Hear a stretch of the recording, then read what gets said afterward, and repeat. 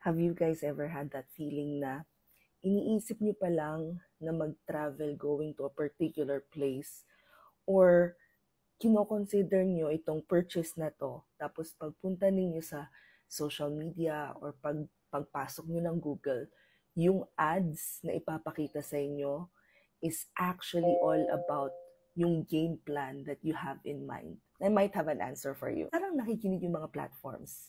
Kung ano yung madalas na view ninyo na topic, yun yung mas madalas na nanalabas sa feed ninyo. Today, allow me to show you first this website that I am talking about. Did you guys know that if you go to adsettings.google.com, it's actually a website provided by Google na binibigyan kayo ng access to customize and manage yung ad preferences ninyo.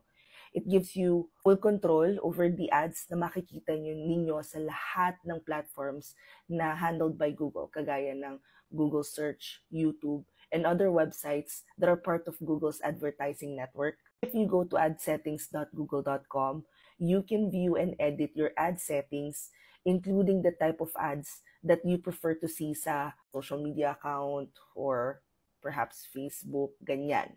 A lot of times, akala natin wala tayong control over the ads when as a matter of fact, it is all based on what we click, what we engage in, what we react to sa lahat ng social media accounts at platforms na kagaya ng Google. Sa totoo lang, kung hindi ako marunong ng ads or media buying or PPC, hindi ko marirealize itong mga bagay na to. And just like everyone else na regular user lang ng social media accounts, isipin ko, normal yan, typical yan. But because I have basic knowledge on how to run ads, alam ko for a fact na halimbawa, kagaya nung ginawa ni Great nung naghahanap siya ng apartment sa Cebu, sa Mabolo area. Ang ginawa niya is, nag-click ng ads ng apartments for rent sa Mabolo area. And so, lahat talaga ng ads lumalabas sa harapan niya. Eventually, she found her place. If you guys want to learn itong mga tricks na ganito, ng behind the scene na kung paano mag-run ng ads, you might wanna check out yung class namin for PPC. PPC stands for pay-per-click. It's actually an online advertising model or media buying model which advertisers pay a fee each time one of their ads is clicked by a user.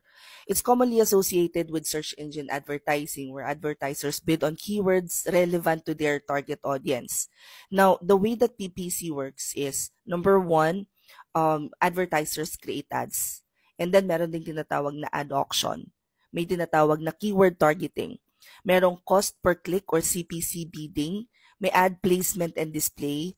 And meron ding paying for clicks. Now, all of these will be covered sa aming PPC class. So, if you guys wanna join, punta lang kayo sa profile ko, tapos i-click nyo yung link dyan. Kung nasa Instagram naman kayo, i-click nyo lang to. Kung nasa Facebook ko naman kayo, i-check nyo na lang yung caption. Ililink namin dyan yung buong enrollment form. Ganon din pag nasa YouTube ko kayo, i-check nyo na lang yung description box. At pagka-click nyo ng link, mararating nyo na tong landing page natin. So, punta lang kayo dito sa PPCVA, 999 pesos na. Usual guys, comment any questions you guys have about working from home. Follow for more work from home chismis. Bye!